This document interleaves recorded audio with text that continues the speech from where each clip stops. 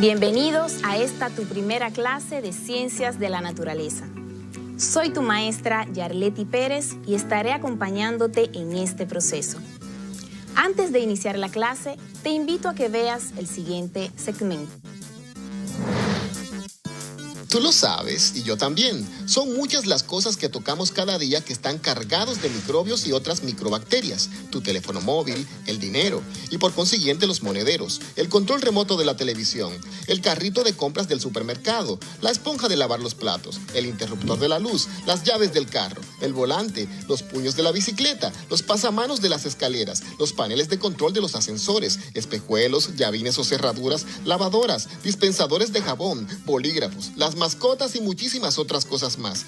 Todos contienen un gran número de virus, bacterias, hongos y parásitos. Y entonces, ¿qué puedo hacer? Sencillo, lávate bien las manos por un espacio no menor de 20 segundos y esto puede eliminar alrededor del 90% de microorganismos perjudiciales para la salud. Tú lo sabes y yo también. Cuidemos nuestra salud y la de nuestros seres queridos.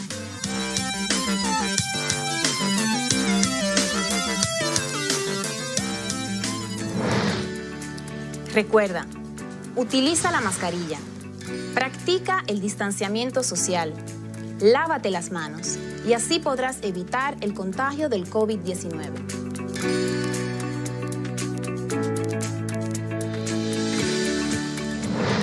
Perfecto, ¿estamos listos para adentrarnos en esta maravillosa aventura del conocimiento? Pues vamos. Hola neurona, ¿cómo te encuentras en el día de hoy? Muy bien, y entusiasmada por conocer el contenido de hoy. Perfecto, vamos a iniciar. Vamos a comenzar con la palabra clave del día de hoy. Y la palabra clave es propiedad. Sí, la palabra clave es propiedad. Palabra clave. Propiedad. Propiedad es un atributo o cualidad de un objeto o elemento. Estas definen las características de todo aquello que tiene masa y ocupa volumen. La palabra propiedad denota una cualidad en un objeto o elemento, como por ejemplo el agua. El agua tiene la propiedad de ser incolora e inodora, lo que quiere decir que no tiene olor ni color.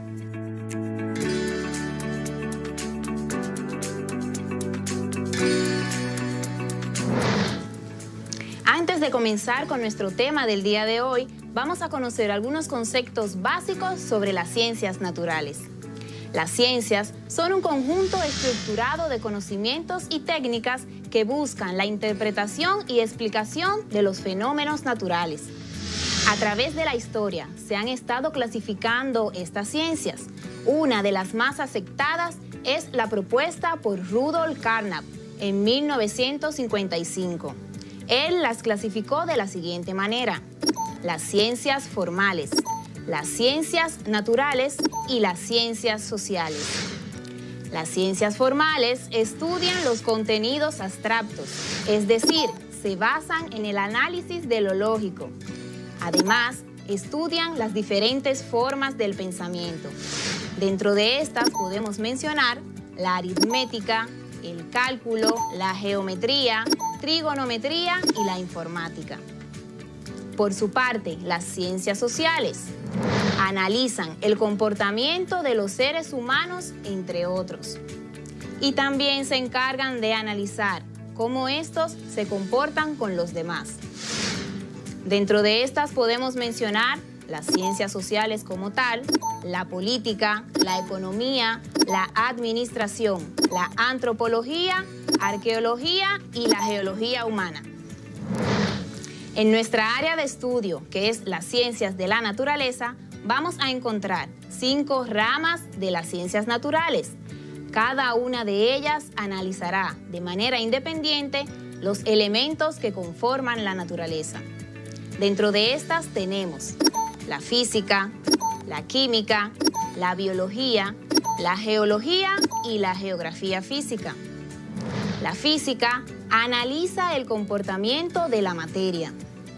Por su parte, la química se encarga de estudiar cómo está compuesta esa materia y las diferentes transformaciones que en ella se experimentan.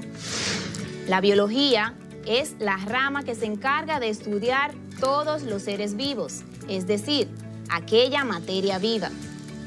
Por su parte, la geología analiza la estructura interna de la Tierra y la geografía física se encarga de estudiar todo lo que compone la corteza terrestre y todo el universo. Los conocimientos que poseemos sobre los diferentes fenómenos que se realizan en la naturaleza está basado en los cálculos y las investigaciones realizadas por los científicos. Neurona, ¿conoces cuáles son los tipos de conocimiento? Claro que sí, profesora. Los conocimientos, según su procedencia, pueden ser intuitivo, empírico, religioso, filosófico y científico. Excelente, Neurona. Te invito a que prestes atención. Voy a describir cada uno de estos conocimientos para que puedas realizar las diferencias necesarias entre uno y otro. El conocimiento intuitivo. Este se adquiere sin la necesidad de reacciones previas. Nos permitirán resolver problemas y estar atento ante cualquier estímulo. Por ejemplo, cuando nos podemos dar cuenta si una persona está feliz. El conocimiento religioso nos ayuda a tener confianza, a tener fe. El conocimiento empírico está basado en la experiencia, en la percepción y la investigación. Este tiene como ser el interés por lo correcto. El conocimiento filosófico se basa en la acumulación de la historia de la humanidad, con el objetivo de dar respuesta a lo desconocido. Por último, tenemos el conocimiento científico. Está basado en dar explicaciones sistemáticas para que podamos llegar a una conclusión exacta. Las formas de trabajo que realizan los científicos está basado en pautas y procedimientos que se deben de seguir para completar una investigación científica. Y esto lo podemos conocer como el método científico. Vamos a hablar de las pautas y esos procedimientos que se conocen como el método científico, es decir, cada uno de esos puntos que debes de seguir para realizar una correcta investigación. Una de las cualidades principales de todos los científicos es la curiosidad. Esa curiosidad por descubrir cómo se producen cada movimiento o hechos a través de la historia y de la naturaleza. Esta curiosidad es la pauta número 1 que se sigue con el proceso de la observación. Esa observación nos permitirá analizar los hechos que tenemos a nuestro alrededor para identificar algún problema a investigar. Después que hemos observado ese hecho o acontecimiento, nos proponemos a realizar la formulación de la hipótesis. Una hipótesis no es más que una explicación preventiva que se tiene o que se presume que podrá darle respuesta a ese problema que nos hemos planteado. Luego de que hayamos realizado esa hipótesis, procedemos a experimentar, es decir, a calcular, a observar, a practicar, a ver si la hipótesis que hemos planteado es correcta o no. Lo siguiente es interpretar los resultados obtenidos durante nuestro proceso de investigación para validar la veracidad o falsedad de la hipótesis planteada. Si nuestra hipótesis es incorrecta, debemos de regresar a la formulación de la hipótesis, formularla nuevamente y realizar los procedimientos siguientes para comprobar nuestra teoría. Si obtenemos una hipótesis correcta, podemos formular una ley. Te invito a que anotes los pasos correctos que se deben de seguir para el método científico. Acompáñame a la pizarra.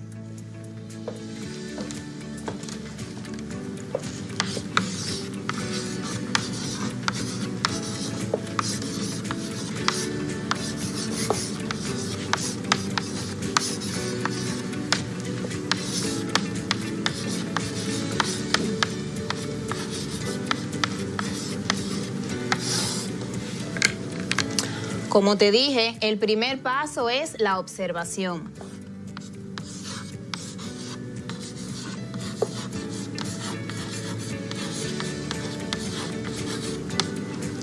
Y esta se fundamenta en la curiosidad del científico que la propone. Como segundo paso tenemos la formulación de una hipótesis.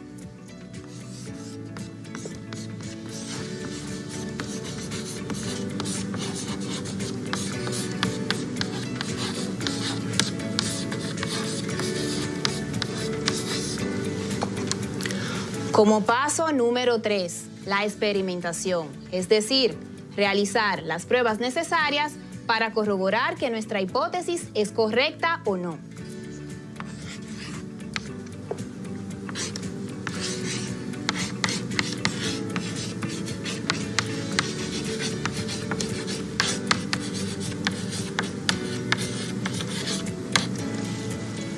Como punto número 4 tendremos anotar las conclusiones de nuestra investigación.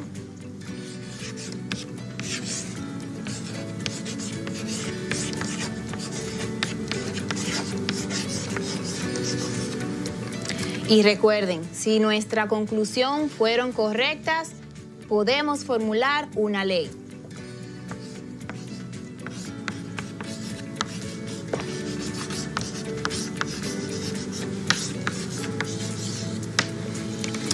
Recuerda anotar cada uno de estos pasos para que puedas realizar un trabajo de investigación de calidad. Las teorías o las leyes formuladas durante esta investigación, en conjunto con unas herramientas básicas, nos ayudan a comunicar las informaciones de los científicos.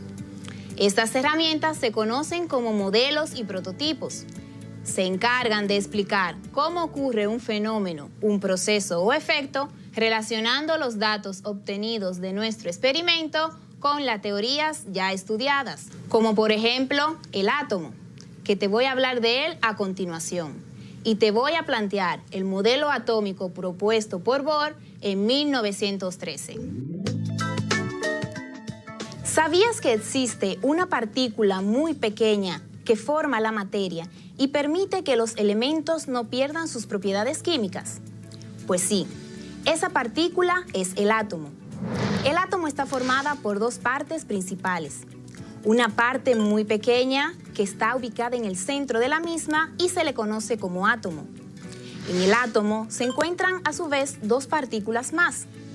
Unas que presentan carga positiva, conocida como protones, y otras que presentan una carga neutral, conocida como neutrones.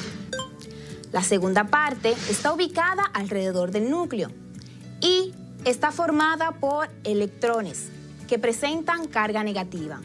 Los mismos orbitan alrededor del núcleo. ¿Te gustaría conocer cuál es la forma básica de un átomo?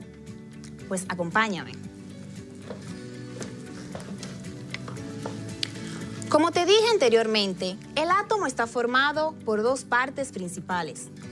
La primera está ubicada en el centro y se le conoce como núcleo. En el núcleo encontramos dos partículas más, unas con cargas positivas, conocidas como protones.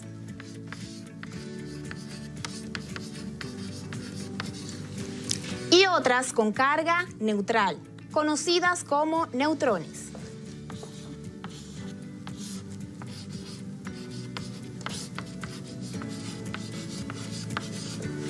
La otra porción del átomo está alrededor y es la más grande. En ella se encuentran una serie de elementos conocidos como electrones.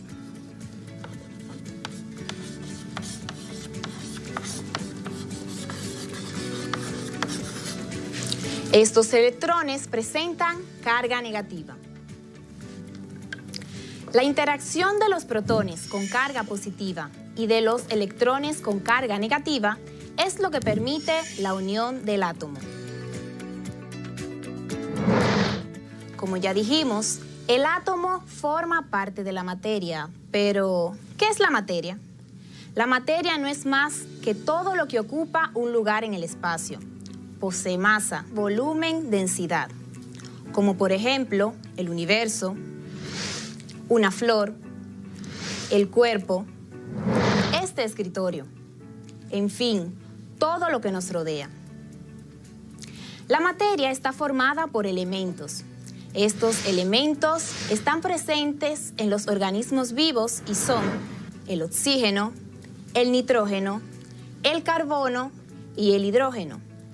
Y cuando se unen, forman el 96% del cuerpo humano.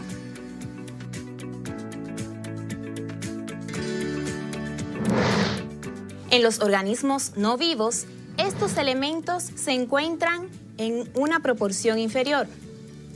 Los elementos que se encuentran en los organismos vivos raramente lo podemos ver en la Tierra. ¿Vamos bien hasta aquí? ¿Hay alguna pregunta, Neurona? Así es. Ismael Rodríguez, desde Herrera, nos envía la siguiente pregunta. ¿Cómo se puede dividir la materia? Excelente pregunta, Ismael.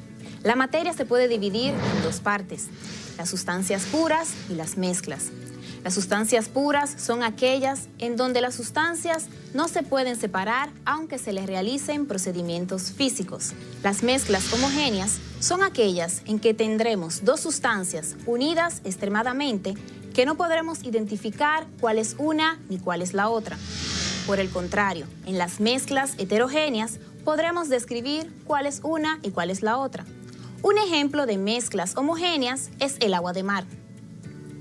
Un ejemplo de mezclas heterogéneas es la unión del agua y el aceite. También, cuando vamos a la playa, podemos identificar cuál es el agua y cuál es la arena. ¿Alguna otra pregunta, Neurona? Así es. Nayelin Bautista, desde el Ensanche Quisqueya, nos envía lo siguiente. ¿Cómo podemos diferenciar un objeto o elemento de otro? Muy bien. Esta diferencia es gracias a las propiedades que presenta la materia. Estas pueden ser físicas o químicas. En las propiedades físicas podemos describir un objeto como es su forma, su color, su textura, densidad, entre otros. Dependiendo de la valoración de las propiedades físicas, también se pueden dividir en cuantitativas, cualitativas, propiedades extensivas y propiedades intensivas. Las propiedades cuantitativas, como su nombre lo indican, son aquellas que valoran un número o una unidad, como por ejemplo la masa y el volumen. Las cualidades cualitativas son aquellas propiedades o comportamientos que podemos estudiar en un objeto, como por ejemplo la textura o el color. Las propiedades extensivas van a depender del tamaño del objeto, como la masa o el volumen. Y las intensivas no dependerán del tamaño del objeto, como es la densidad o el color.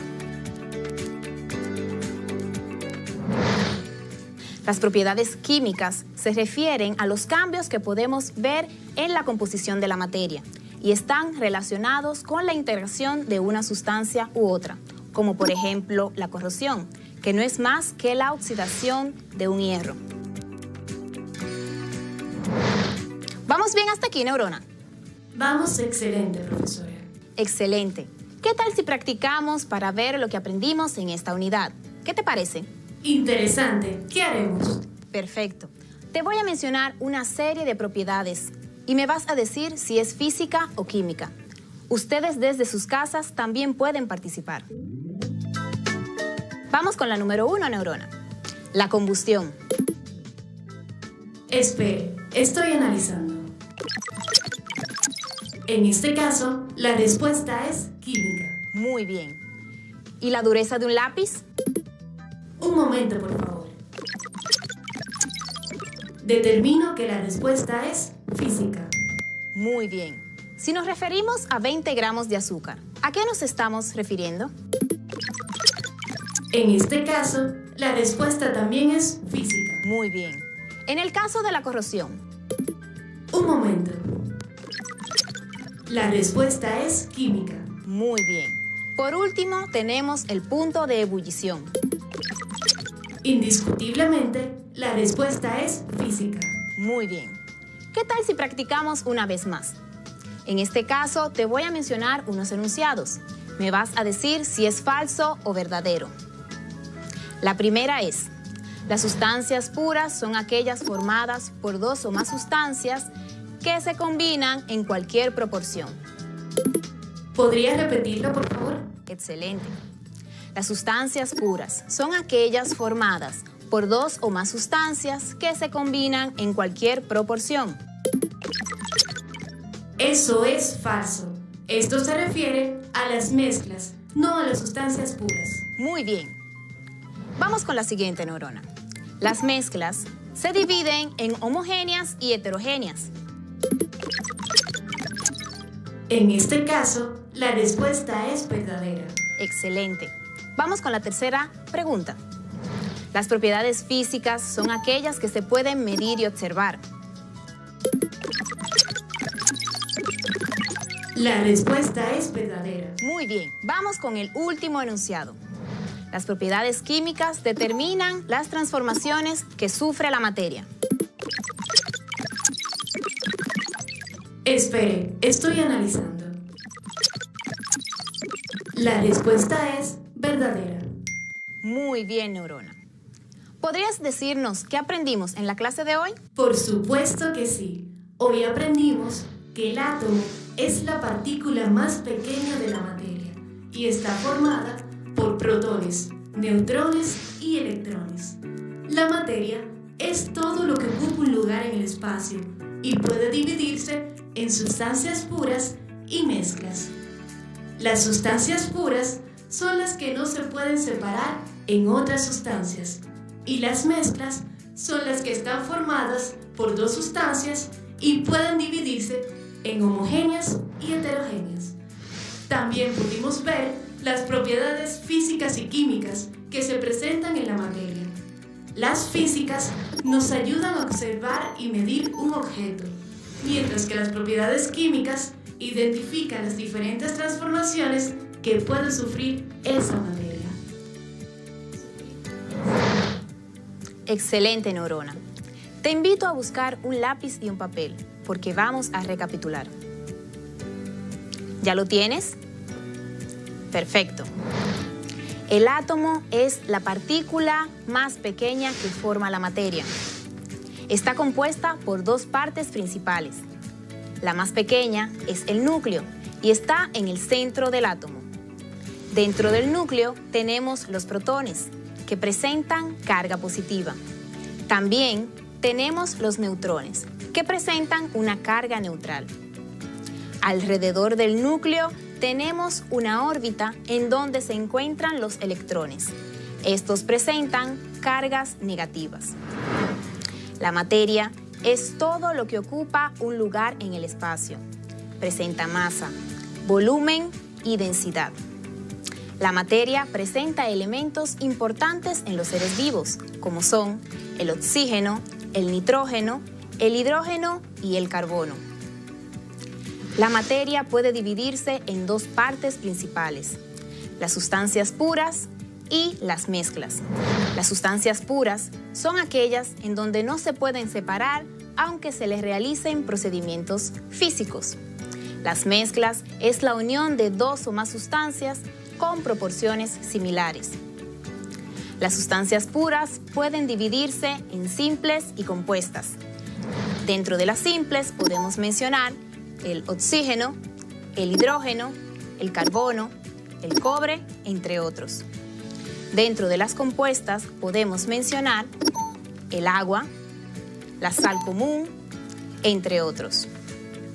Las mezclas pueden ser homogéneas y heterogéneas.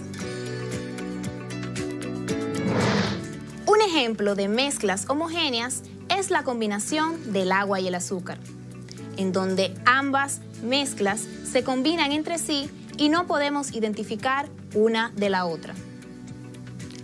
Una mezcla heterogénea puede ser la mezcla del aceite y el agua. Si puedes observar, las partículas de aceite se quedan flotando en las moléculas de agua. También hablamos de lo que son las propiedades de la materia. Estas pueden ser físicas y químicas.